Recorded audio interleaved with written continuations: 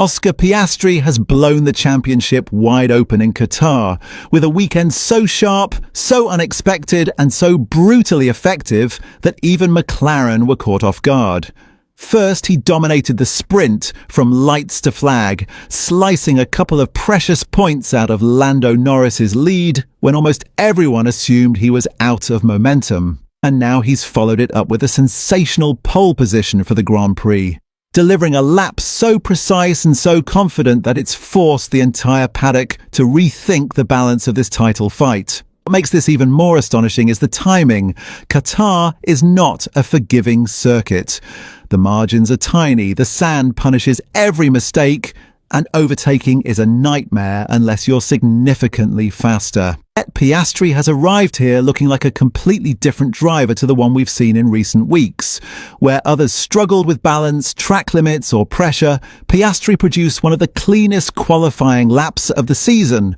And with clear air ahead of him tomorrow, he has put himself in the strongest possible position to disrupt both Norris's championship hopes and Verstappen's last-ditch charge. This isn't just a return to form, it's a statement.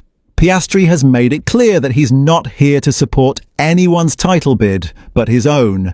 And Qatar has given him the perfect stage to remind everyone exactly how dangerous he can be when the car and the confidence click together. The tension inside McLaren has just been dialed up to maximum, because now the driver they expected to back up their title leader is the one leading the race into Sunday.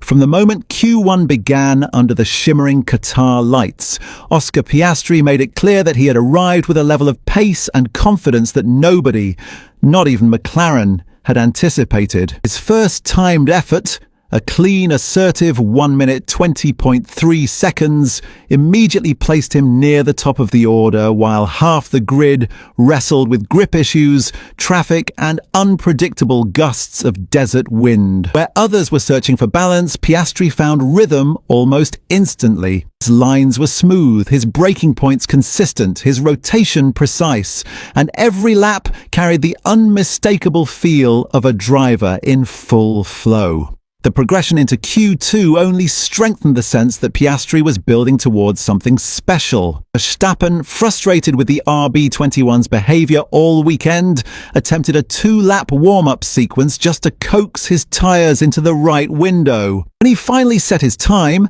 a 1:19.9, it looked competitive enough to threaten the McLarens. But Piastri obliterated it almost immediately with a stunning 1:19.5. A lap nearly 4/10 faster, full of conviction through the long, punishing sweeps of Lusail. It was the clearest sign yet that his sprint victory the night before had unlocked a level of confidence that had been missing in recent events. That sprint win, of course, had already shifted the narrative before qualifying even began. Piastri had controlled the 19-lap race from pole with absolute composure, defending perfectly into turn 1, keeping Russell and Verstappen at bay and executing every phase of the race like a seasoned title contender.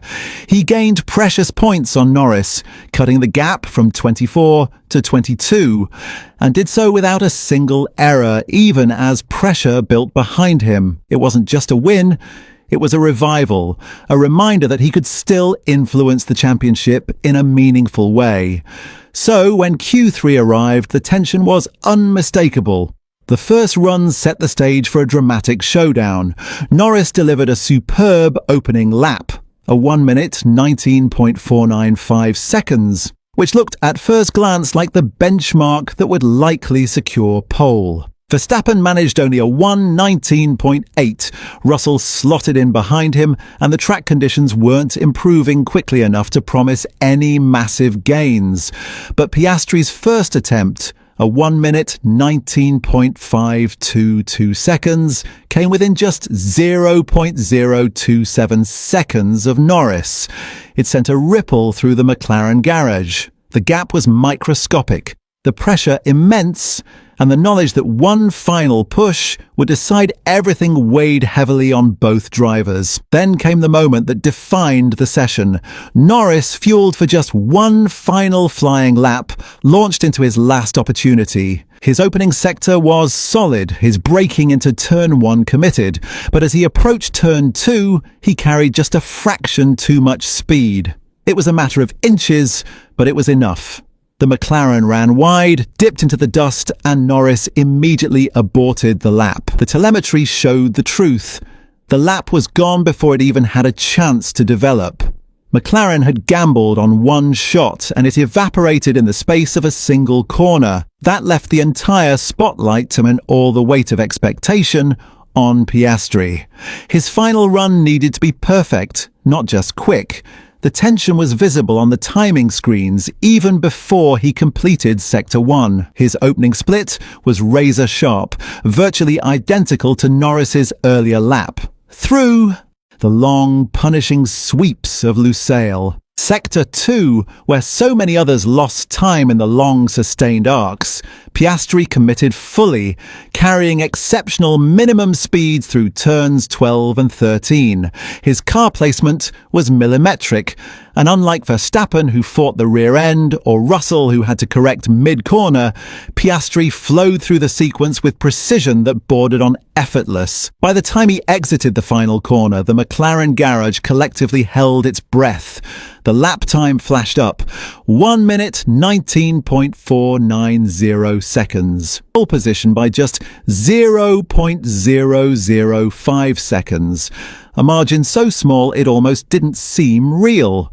It was an astonishing moment, not just because he beat Norris, not just because he beat Verstappen, but because he delivered under circumstances where even the smallest hesitation would have meant defeat.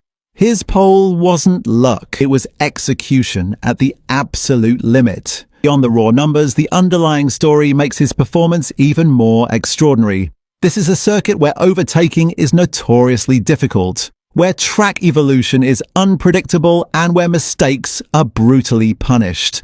Yet Piastri delivered 2 poles in one weekend and a sprint victory, all while navigating a title fight that many believed he was falling out of. His return to form feels less like a surprise and more like a reminder of the driver he has been capable of being all year long. Norris, meanwhile, now finds himself in an unexpectedly delicate position. This was supposed to be his weekend of consolidation, the moment he could stretch his lead, control the narrative, and move within touching distance of the championship. Instead, he starts behind the one driver who can disrupt everything. His mistake in turn 2 wasn't catastrophic in isolation, but in championship terms, it carried enormous consequences. That single moment transformed pole into second place, confidence into doubt, and a comfortable scenario into a high-stakes duel. Verstappen's presence behind them only amplifies the drama. His 1 minute 19.8 may not have been enough to challenge the McLarens today, but his race pace has often been stronger than his qualifying form, and he has nothing to protect. No lead, no margin, no reason to hesitate. The opening lap will be ferocious, and any hesitation from either McLaren could open the door for the Dutchman to turn this into a 3-car knife fight. The rest of the grid adds even more unpredictability. Russell's early pace suggests he could interfere strategically. Alonso remains capable of pouncing on any mistake from those ahead. Tsunoda's incredible one-lap form continues to surprise, and Ferrari, with Leclerc spinning again and Hamilton out in Q1, have exited the competitive picture entirely, removing a layer of defence that McLaren might have hoped for. All of this leads to a Sunday scenario that is brutally simple, yet deeply volatile. Piastri starts from the cleanest of air at a track that rewards the leader. Norris starts directly behind him with a championship to defend and a teammate in the best form he's shown in months. Verstappen starts third with nothing to lose and everything to win. What Piastri has delivered in Qatar, the sprint victory, the double pole, the control under pressure, is the kind of statement that reshapes entire championships. It forces rivals to rethink strategies. It forces teams to reconsider priorities. And it forces everyone watching to accept that the battle is far from over. Now the lights will decide whether Qatar becomes Norris's recovery, Verstappen's opportunity, or the moment Piastri completes one of the most dramatic late-season resurgences in recent Formula One history. Oscar Piastri has put together so far in Qatar is not just a strong weekend.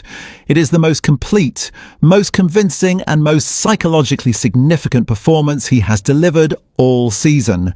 A commanding sprint victory, 2 poles in 2 days, and the kind of qualifying execution that exposes both raw talent and total confidence have placed him at the very centre of the title fight once again.